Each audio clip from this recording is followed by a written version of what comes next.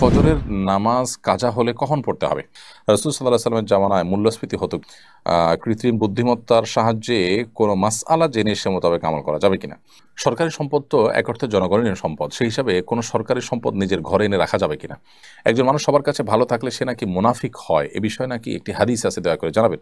তওয়াফ ও সাই করার সময় ওযু ভেঙে গেল, করণীয় কি? কোরআন মাজিদ তেলাওয়াত করার সময় সিজদার আয়াতগুলো অনেকবার তেলাওয়াত করা হয়েছে, কিন্তু পরে সিজদা দেওয়া হয়নি, এখন আমার করণীয় কি? চলুন আমরা তাহলে আপনাদের করা প্রশ্নগুলোর উত্তরে প্রবেশ করতে চাই।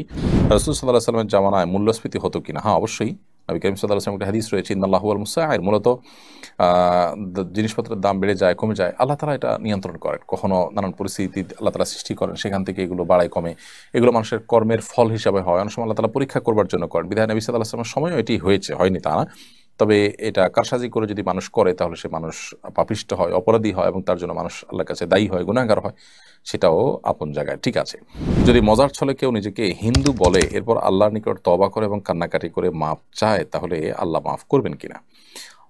মজার ছলে কেউ নিজেকে হিন্দু বললে সেটা অবশ্যই জঘন্য অপরাধ। নিজেকে মুশরিক, এটা দুষ্টুমি করে বলাটাও অপরাধ। তারপরও যদি কেউ এটি করার পর নিজের ভুল বুঝতে পারেন এবং তওবা করে মাপ চান, অবশ্যই আল্লাহ তাআলা ক্ষমা করবেন। আল্লাহ তাআলা ক্ষমাশীল। বিধায় ব্যাপারটি এরকম না যে আল্লাহ তাআলা তাদেরকে ক্ষমা করবেন না। সরকারি সম্পদ তো এক অর্থে জনগণের সম্পদ, সেই হিসাবে কোনো সরকারি সম্পদ নিজের ঘরে এনে রাখা যাবে কিনা? অবশ্যই না, কারণ জনগণের, সর্বস্তরের জনগণের ট্যাক্সের টাকায় কেনা সরকারি সম্পদের দেশের সব মানুষেরই অধিকার রয়েছে। বিধায় এটার একটা জিনিস আমি ঘরে নিয়ে আসলাম, এটা আমার জন্য জায়েজ হবে না। এটা যদি কৌতূহলবশত বা কোনো কারণে মানুষ এনেও থাকে, তাহলে সেটা ফেরত দিতে হবে, কারণ এটাতে সারা দেশের সমস্ত মানুষের হক বা অধিকার রয়েছে। একজন দায়িত্বশীল মানুষ, আল্লাহর সামনে দাঁড়াতে হবে, জীবনের প্রতিটা উপার্জনের হিসাব দিতে হবে, এরকম বিশ্বাসী মানুষ, একজন ইমানদার, তিনি কখনো এটি করতে পারেন না। কৃত্রিম বুদ্ধিমত্তার সাহায্যে কোনো মাসআলা জেনে সে মোতাবেক আমল করা যাবে কিনা? দেখুন, এআই বা আর্টিফিশিয়াল যে ইন্টেলিজেন্ট আছে, এর মাধ্যমে যদি আপনি কোনো মাসআলা জানতে চান এবং উত্তর দেওয়া হয়, সেটা আপনি ভেরিফাই করবেন, তারপরে আমল করবেন। বিশেষ করে সেখানে যদি তথ্য উপাত্ত প্রমাণ সূত্র দেওয়া থাকে, তাহলে সেটার উপরে আমল করতে পারেন। তা না হলে এই সমস্ত তথ্য উপাত্তের মধ্যে ভুল থাকতে পারে, কারণ তারা তো আপনার এই এআই বা কৃত্রিম বুদ্ধিমত্তা, সেটা তো অনলাইন থেকে কালেকশন করে আপনাকে উত্তর দিবে। সেখানে ভুল কিছু থাকলে ওই ভুলটাই আপনাকে দিবে। ভালো মন্দ, সঠিক বেঠিক দুইটাই থাকতে পারে। এজন্য শরীয়তের মতো গুরুত্বপূর্ণ বিষয়, মাসালার মতো গুরুত্বপূর্ণ বিষয় সেখান থেকে নিচ্ছেন, সে যেখান থেকে কালেক্ট করে দিচ্ছে, সেটা সঠিক কিনা এটা ভেরিফাই করা দরকার। অথবা সেখানে যে তথ্যপাত্র পাচ্ছেন, সেটা আপনার যদি থাকে, তথ্যসূত্র সহকারে উল্লেখ থাকে, যেটার উপর আস্থা রাখা যায়, তাহলে সেটা আপনি করতে পারেন। তওয়াফ ও সাই করার সময় ওযু ভেঙে গেল, করণীয় কি? তওয়াফে যদি ওযু ভেঙে যায়, তাহলে দ্রুত ওযু করে এসে আপনি তওয়াফ কন্টিনিউ করবেন। আর সাইতে যদি ওযু ভেঙে যায়, তাহলে সাই ওই অবস্থায় করলেও আপনার উমরা হয়ে যাবে, কিন্তু সাইতে অনেক আলেমদের মতে ওযু করে করা উত্তম। আমার কানে চাপ দেয়া কানের দুল পরি, এক্ষেত্রে ওযু করার সময় কি তা খুলে ওযু করতে হবে? চাপ দেয়া কানের দুল পরেন আপনি, হয়তো সম্ভবত টিপ কানের দুল পরার কথা বলেছেন। তো এখানে ওযু করার সময় আপনার হালকা একটু নাড়া দেওয়ার মতো ব্যবস্থা থাকলে একটু নাড়া দিবেন, বাস। নিশ্চয়ই একটু নড়ার মতো ব্যবস্থা থাকবে, তাতে একটু নাড়া দিবেন, তাতেই চলবে ইনশাআল্লাহ। খুলেই প্রত্যেকবার আপনাকে ওযু করতে হবে, এটা জরুরি না। আর যদি এত টাইট থাকে যে আসলে সেটা কোনোভাবে মুভ হয় না, ফিক্স হয়ে থাকে, তাহলে সেক্ষেত্রে আপনার এ ধরনের গহনা খুলে তারপরে ওযু করতে হবে।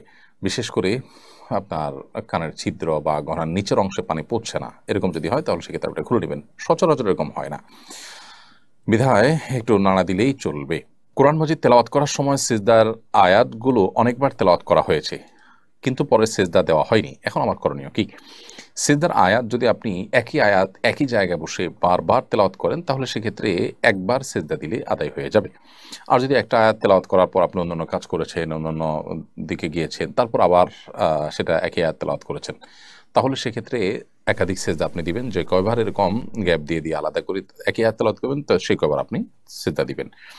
আর যদি একই আয়াত বারবার করে সিজদা তেলাওয়াত করতে থাকেন, তাহলে একটা সিজদা আপনাকে দিতে হবে। অতএব এই সিজদা আপনি পরবর্তীতে দিয়ে ফেলবেন।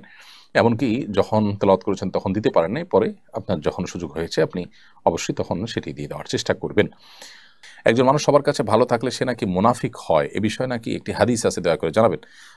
এটিকে একেবারে সর্বাংশে বা সব ক্ষেত্রে ফিট করা সঠিক নয়, তবে এটা অনেকাংশেই সঠিক এবং অনেক ক্ষেত্রে সঠিক। যেমন একজন মানুষ যদি চগলখড়ি করেন, একজনের কাছে গিয়ে তার প্রশংসা করেন, তার পেছনে আরেকজনের কাছে গিয়ে ওই লোকের বদনামি করে আবার যার কাছে গেছেন তার প্রশংসা করেন, এই যে সবার কাছে ভালো থাকার প্রচেষ্টা, এটাকে চগলখড়ি বলা হয়।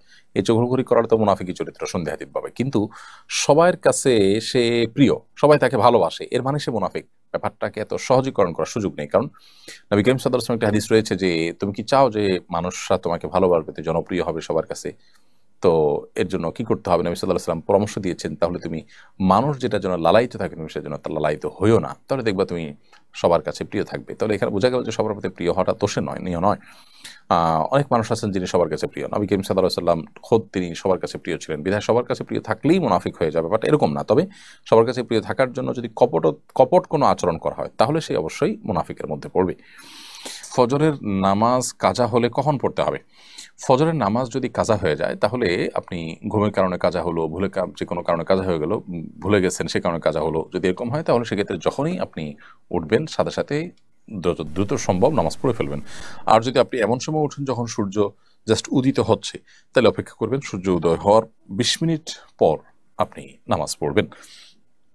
আর যদি এর পরে হয় তাহলে যে কোনো সময়, সকাল 7টা 8টা 9টা 10টা যখনই হয়, আবার ঠিক দ্বিপ্রহরের আগ পর্যন্ত যদি সময় থাকে, যখনই হয় তখনই আপনি নামাজ পড়বেন। কারণ হাদিসে বর্ণিত হয়েছে, মান নামা আন সালাতিন আও নাসিহা ফালিউসাল্লিহা ইযা যাকারাহা, যদি কারোর নামাজ ঘুমের কারণে বা ভুলে যাওয়ার কারণে ছুটে যায় তাহলে তিনি যখন স্মরণ হবে তখন তিনি সালাতটি আদায় করবেন। এবং নবী করিম সাল্লাল্লাহু আলাইহি ওয়াসাল্লামের একবার ফজরের সালাত মিস হয়ে গিয়েছিল জামাত সহকারে, অর্থাৎ দলবদ্ধভাবে সবার।